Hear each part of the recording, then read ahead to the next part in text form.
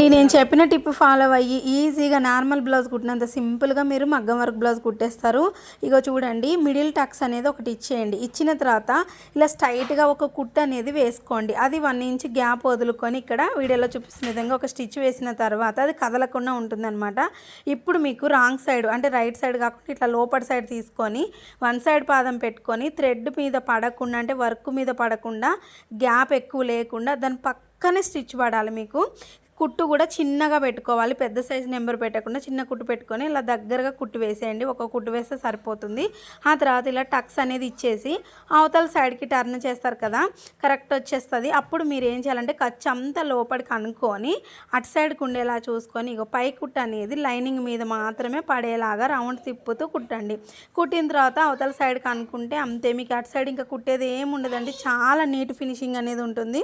ఇలా అయితే ఎంత హెవీ వర్క్ అయినా కుడతారు. వీడియో నచ్చితే లైక్